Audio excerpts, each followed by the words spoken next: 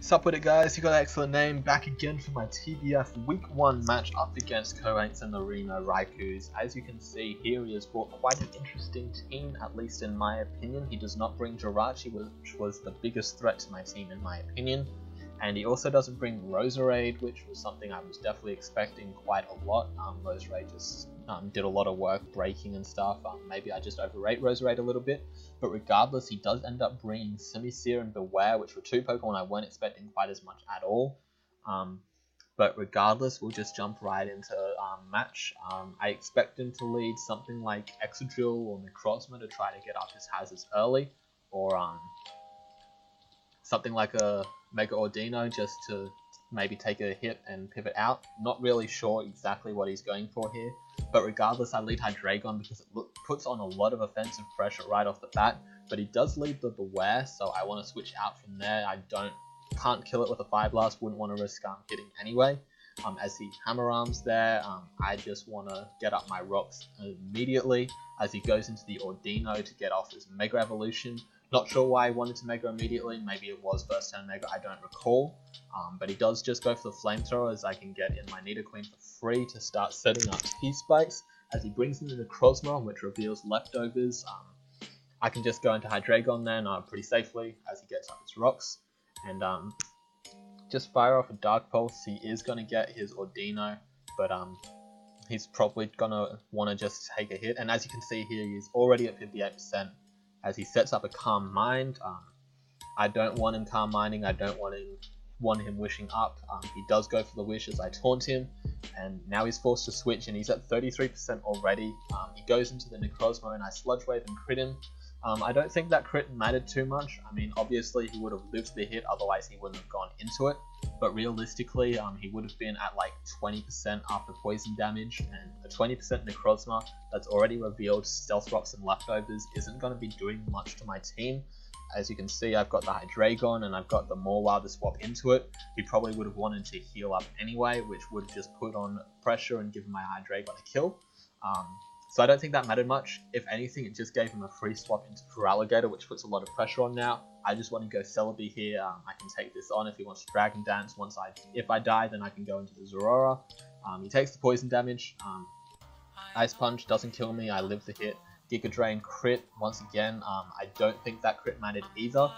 The roll showed it to do at least 60%, which would have put him in range of the toxic damage anyway.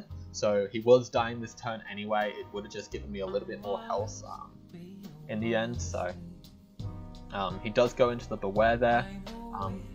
I'm not sure why. I can just soft boiled up on this. Beware does not do much to me. Double Edge doing 34%. Just giving me another free soft boiled. As he goes into the Ordino, he will die to a Giga Drain this turn. That crit, once again, obviously didn't matter. I'm getting lucky, but none of the luck actually matters. He goes into the Simisear here, and I just want to go into Hydreigon to take a potential Fire Blast, but he actually Nasty Plots up. I don't want to take a +2 Focus Blast, so I'm happy to just sack Nidoqueen here. I didn't want to take the damage on anything else really. Nidoqueen was the most expendable because Excadrill outspent me anyway. And then he reveals to be Salak Berry, which is quite cool, but obviously will not really matter. Doesn't put on that much pressure because I do hack the Sucker Punch. He couldn't stall it out because he was poisoned. And he just goes into the Excadrill. I don't want to take an Earthquake, so I go into Gyarados this time, as I had been going into Celebi for a lot of his physical walls before. He locks into Iron Head, so I can just get off a Dragon Dance here. I will outspeed this, but then it actually turns out that he's Jolly Scarf, which is ridiculous. That's the only way he outsped me. I have no idea why he was Jolly. Jolly didn't help him outspeed anything really, except for obviously that one Gyarados set. But yeah, I just want to go into Zorora here, get a Fire Punch, kill that, and Fire Punch again, and it actually doesn't kill. If I had time to run the calcs, I would have run Expert Belt instead of the other, the Zap Plate that I did run. I overestimated Zorora's strength there, but it doesn't matter, and he just shows the Z Sandstorm off just for star points, I assume. But honestly, that Exegil probably could have put in a lot of work if it had X-Sizzle, honestly, if it set up the Z Sandstorm on this Aurora. I assume he just thought he would die anyway and just clicked Earthquake, but if he did have the X-Sizzle, he might have won that game with the Z Sandstorm. Not 100% sure. I'm pretty sure Celebi could have taken one hit, and Morwow might have taken a hit. Morwow would have been able to finish off with Sucker Punch, but you know, he could have put in a lot of work with that. Definitely a scary set.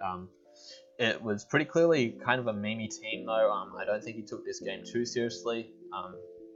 Obviously with Nasty Plot, Lackberry, Sinister as well.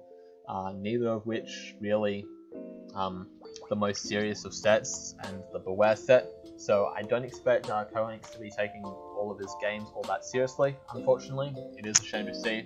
But regardless, we do pick up our first win of the league right off the bat, which is good to see. So yeah, tune in next week. I believe I fight the TFMC.